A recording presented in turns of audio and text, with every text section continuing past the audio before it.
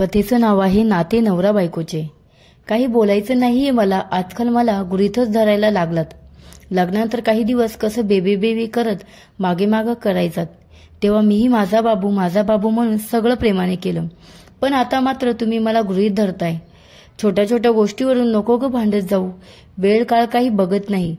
सकाळ सकाळी चालू होते, सगळा दिवस खराब करून टाकते. हो, छोट्या छोट्या गोष्टीवरून.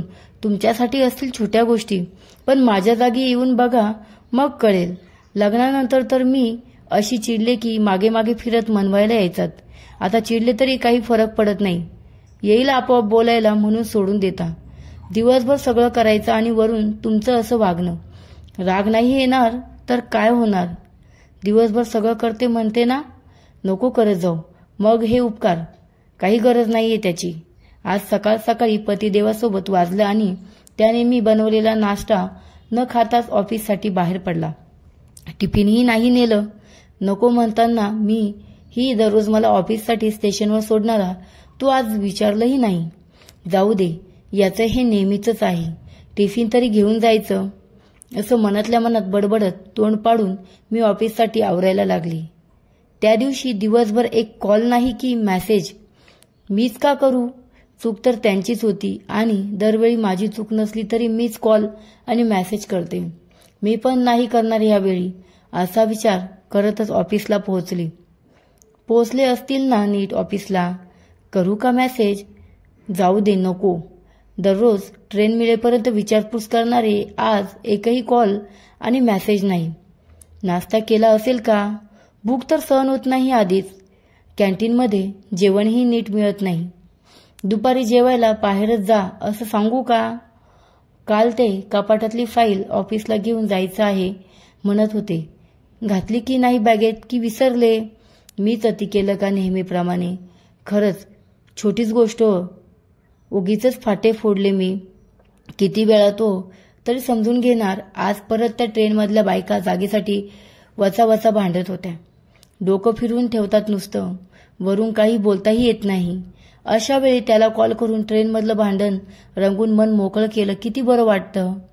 मानायला हवं की तापलेलं डोकं शांत करायचं असेल तर तुझ्याशी बोलणं याहून चांगला मार्ग नाही. अशा विविध विचारांनी तिचं ऑफिसमधल्या कामात काही लक्ष लागेना. ऍसिडिटी झालंय म्हणत होती, तरी सकाळी लवकर उठून नाश्ता बनवलेला तिने खाऊन आला पाहिजे होता. आता पोटात कावळे ओढायला लागलेत. बापरे, दुपारच्या जेवणाचं काय करायचं? माझी आवडती पालक पनीर दिली होती टिफिनमध्ये. चुपचाप घेऊन आलं पाहिजे होतं, पण माझा राग अडला ना. खा आता गुमान कॅन्टीनमधलं, मग कळेल बायकोचं प्रेम. पोहोचलात का? नाश्ता केला का? कॉल करून तरी विचारायचं, पण नाही. नाकावर राग आहे तिच्या. दररोज आपलं सारखं भुनभुन कॉल आणि मेसेज करून पोहोचलात का, जेवलात का, कधी निघणार, पण आज एक कॉल नाही की मेसेज. मी तिच्या कॉल आणि मेसेजला मिस करतोय का? माझं पण काहीतरीच. मी कशाला मिस करू? मला काही फरक नाही पडत. अरे यार, फाईल घरीच विसरली. तिच्याशी भांडलो नसतं तर तिने आठवणीने ती फाईल बॅगेत घातली असती. खरंच मानलं पाहिजे, ती आहे म्हणून मी आहे. त्याची ही अवस्था काही वेगळी नव्हती. त्यालाही काहीतरी चुकल्यासारखं वाटत होतं. संध्याकाळपर्यंत असंच मौन व्रत चालू होतं दोघांचं. संध्याकाळी अचानक तिची ऑफिसमध्ये अर्जंट मीटिंग ठेवली, त्यामुळे तिला घरी जायला उशीर होणार होता. जशी मीटिंग संपली तशी ती बॅग घेऊन पळत सुटली. पतिदेव तर 7 पर्यंत घरीही पोहोचला असेल. ऑफिस जवळ आहे ना त्यांचं. बापरे, 8 वाजले. दररोज मी 8 वाजेपर्यंत घरी पोहोचते, पण आज तर 9 वाजतील घरी पोहोचायला. तोपर्यंत त्याला भूक लागणार. चिवडा आणि चकलीचा डबा त्याला सापडेल का? भूक नाही सहन होणार मी जाईपर्यंत. कॉलच करते. अरे पण आम्ही दोघे तर बोलत नाही ना. काय करू? जाऊ दे, कॉल करतेच मी. मोबाईल हातात घेते, बघते तर मोबाईल स्विच ऑफ. अरे देवा, सकाळच्या भांडणात चार्जर घरीच राहिलं वाटतं. आता काय करायचं? धावत पळतच ट्रेन पकडली आणि घरी पोहोचले. अहो, चिवडा आणि चकलीचा डब्बा सापडला का? काही खाल्लं का तुम्ही? इतका वेळ कुठे होतीस? किती कॉल्स केले तुला? किती वेळा सांगितलं चार्जर किंवा पॉवर बँक बॅगेत ठेव, पण नाही. दररोज 8ला येणारी 9 वाजले तरी पत्ता नाही म्हणजे काय समजायचं मी? कुठून तरी कॉल करून सांगायचं ना की मी ठीक आहे, उशीर होईल म्हणून. वाटलं सुमनच्या माझी मैत्रिणीकडे गेली असेल. तिलाही कॉल केला पण तिथेही नाही. दार उघडल्या चालू झालं नवऱ्याचं ओरडणं आणि हे ओरडणं ऐकून माझे मन आनंदाने नाचू लागले. पण चेहऱ्यावर भाव गंभीरच ठेवले. मोबाईल लगेच चार्जिंगला लावला. चालू केलं तर मागच्या 1 तासात 50 मिस कॉल होते. हे 50 मिस कॉलचं माझ्यासाठी पुरेसे होते त्याचा राग किती वरवरचा आहे हे समजण्यासाठी. थांबा, तुम्हाला भूक लागली असेल, खायला देते म्हणत आत गेली मी. थोड्या वेळाने टीव्ही बघत जेवायला बसलो. पहिला घास मी भरवला त्याला. टीव्हीवर तेरे बिन नहीं लगता दिल मेरा ढोलना, सब छोड जाए तू ना मेनू छोडना गाणं लागलं होतं.